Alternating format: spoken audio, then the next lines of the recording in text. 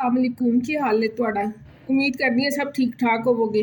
बस रोज़ियां दे दिन ने फटाफट तैयार होने वाली रेसिपी करने हैं। अज बनाने हैं चना चाट। इहदे विच मैं चने बॉयल कर लिते ने, आधा किलो चने ने, आलू भी बॉयल कर लिते ने, इत्थे दही है, बाकी सलाद दी चीज़ां कट लितियां जिहड़ियां उत्ते पानी है, इमली दी चटनी बना लीती है, ए चाट मसाला ते नाल नमक। ए हुण पहले मैं दही दे विच ए मसाला मिक्स कर लांगी, चाट मसाला पावांगी। तुसी अपने जायके दे टेस्ट के हिसाब नाल पा लेना।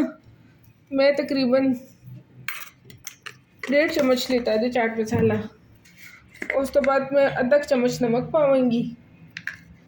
इनू अच्छी तरह मिक्स कर लो। तुहाडी मर्जी है सलाद नाल पाना चे नाल पा लो, नहीं तो उत्ते गार्निश करना जे तो उदों पा लेना।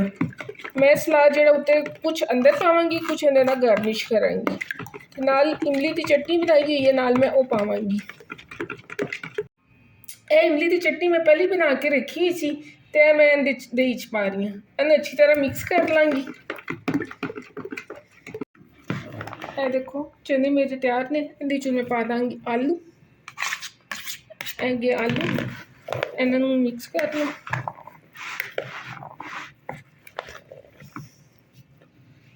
इहदे च पा देवांगी थोड़ा थोड़ा सलाद। इहदे च मैं टमाटर नहीं पाए, तुहाडी अपनी मर्जी है। टमाटर पाना चाहते हो पा लो। मेरे बच्चे टमाटर कट कट के बाहर रख देंगे ने, इस वास्ते मैं टमाटर नहीं पा रही।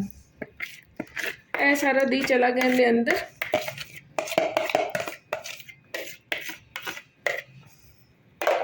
तो बस इन्हू अच्छी तरह तुसी कर लो मिक्स।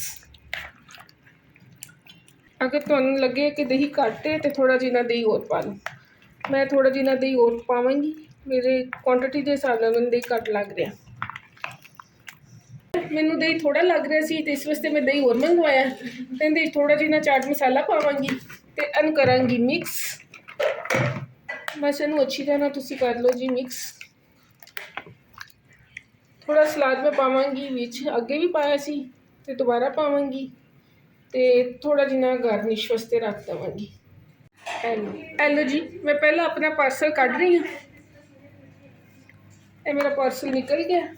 इहदे उत्ते असीं थोड़ी जिनी कर देंगे गार्निश। ए होगी जे गार्निश। ए लो जी, ए हो गया।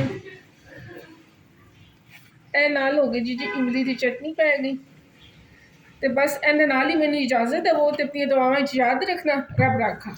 हसदा रवे पंजाब, सदा वसदा रवे पंजाब।